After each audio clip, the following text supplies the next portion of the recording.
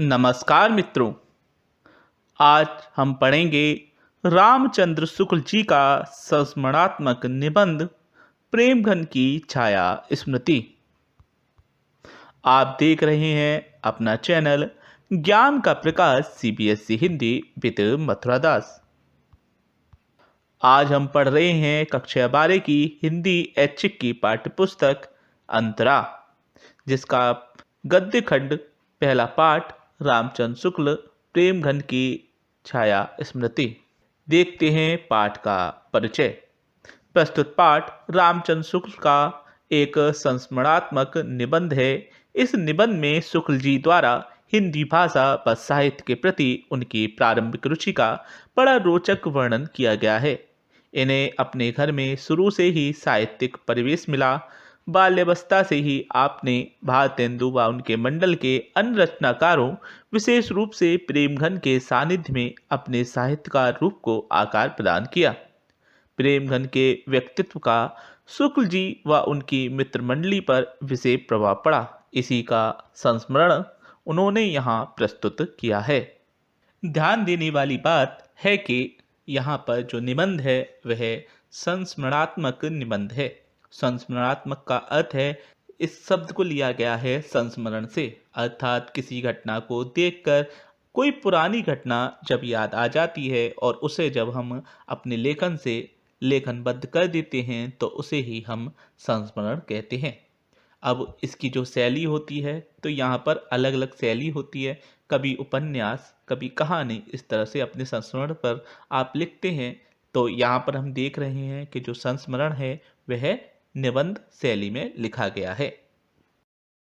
देखते हैं पाठ का सारांश। पाठ का सारांश हम कुछ बिंदुओं के माध्यम से पढ़ेंगे, जिसमें पहला बिंदु है लेखक की पारिवारिक पृष्ठभूमि।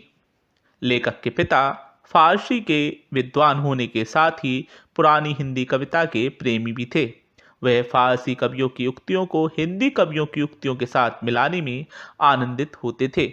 उनके पिताजी घर में नित्य प्रति रामचरितमानस तो कभी रामचंद्र का पाठ करते रहते।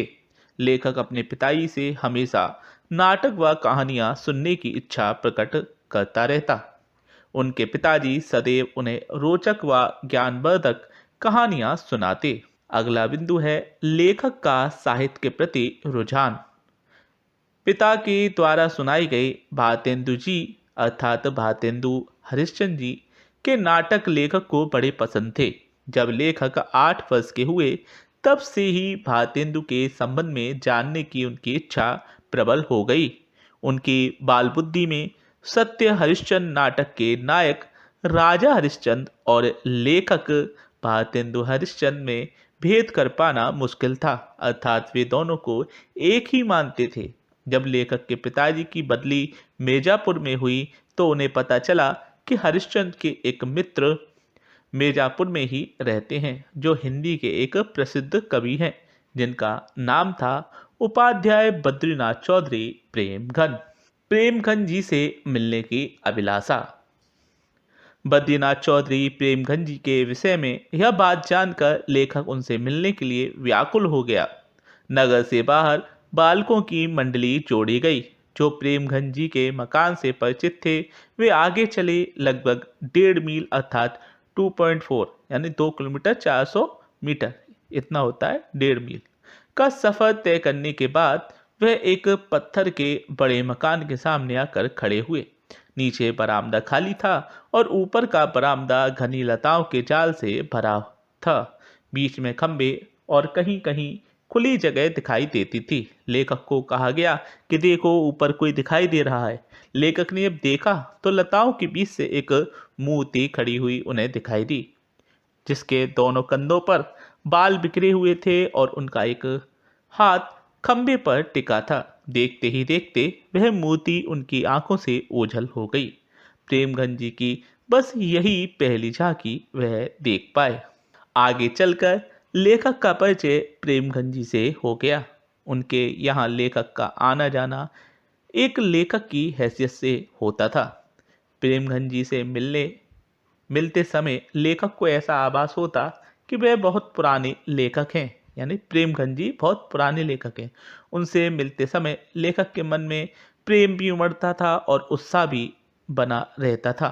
वे अर्थात अधिकतर आमोदपूर्ण मतलब मजाक की भाषा का ही प्रयोग करते थे। कौन? प्रेमघन जी।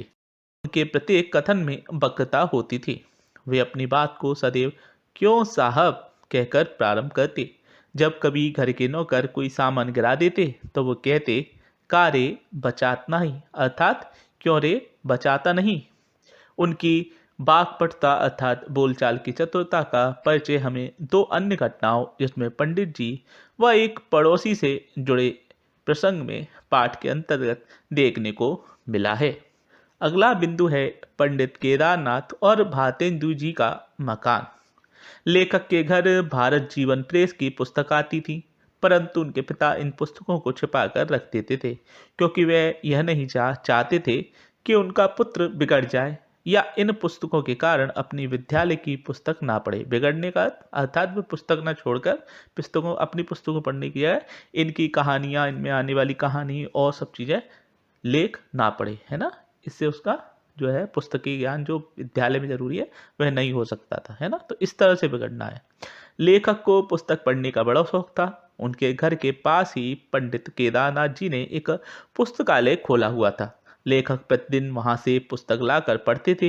इस तरह लेखक का रुझान धीरे धीरे हिंदी के नूतन साहित्य के प्रति और बढ़ गया।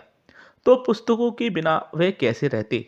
एक बार जब वे एक विवाह के कार्यक्रम में शामिल होने के लिए काशी गए तो उन्हें वहां पंडित केदारनाथ जी से मिलना उनका हुआ। जहां वे विवाह के कार्यक्रम के लिए एक बार जब वे गए तो काशी में उन्हें कौन मिले? पंडित केदारनाथ जी मिले। ऐसे ही चलते हुए वे दोनों आपस में बात करने लगे।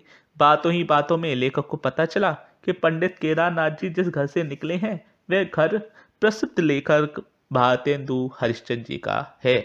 भारतेंदु जी से मिलने व उन्हें देखने की चाहत लेखक के मन में बचपन से ही थी। लेखक बचपन से ही भारतेंदु जी के नाटकों व उपन्यासों की कहानी सुना करते थे। वे भारतेंदु जी के मकान को बहुत देर तक प्रश्न भरी निगाहों से देखते रहे। उन्हें भारतेंदु जी का यह मकान अत्यधिक आनंदित व भाव विभोर अर्थात भावों से भर जाने वाला अर्थात इमोशन करने वाला कर गया। लेखक की साहित्यिक यात्रा का आरंभ। लेखक की मित्र मंडली जिसमें काशी प्रसाद जायसवाल, भगवान दास फालना, बद्रीनाथ गौड़ एवं उमाशंकर द्विवेदी जी जैसे हिंदी प्रेमी थे, के साथ रहकर लेखक का साहित्यिक प्रभाव और बढ़ता गया। लेखक व उसके मित्र प्राय हिंदी में ही बात करते थे, जिसमें निस्संदेह यानी बिना शक शब्द का प्रयोग वे अधिकतर करते थे। लेखक जिस स्थान पर रहता था वह अधिकतर वकील, मुख्तार व कचहरी के अफसर रहते थे। कचहरी में सारा काम उर्दू में ही चलता था।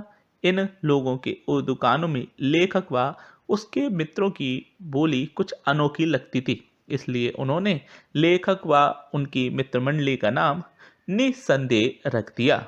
लेखक के पिता स्वयं विद्वान थे।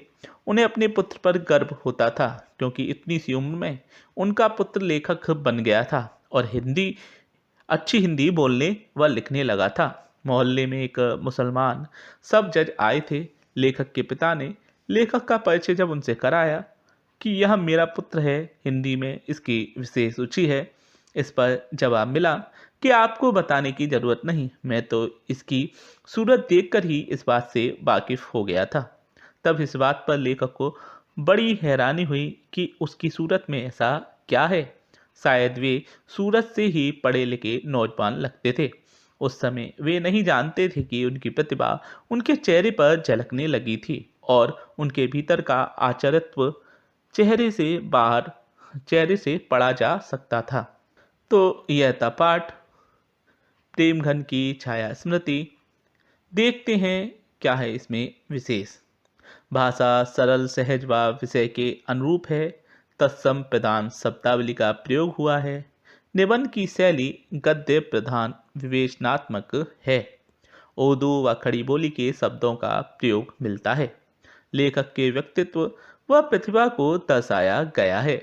तो आप देख रहे थे अपना चैनल ज्ञान का प्रकाश CBSE Hindi with Mathura Das.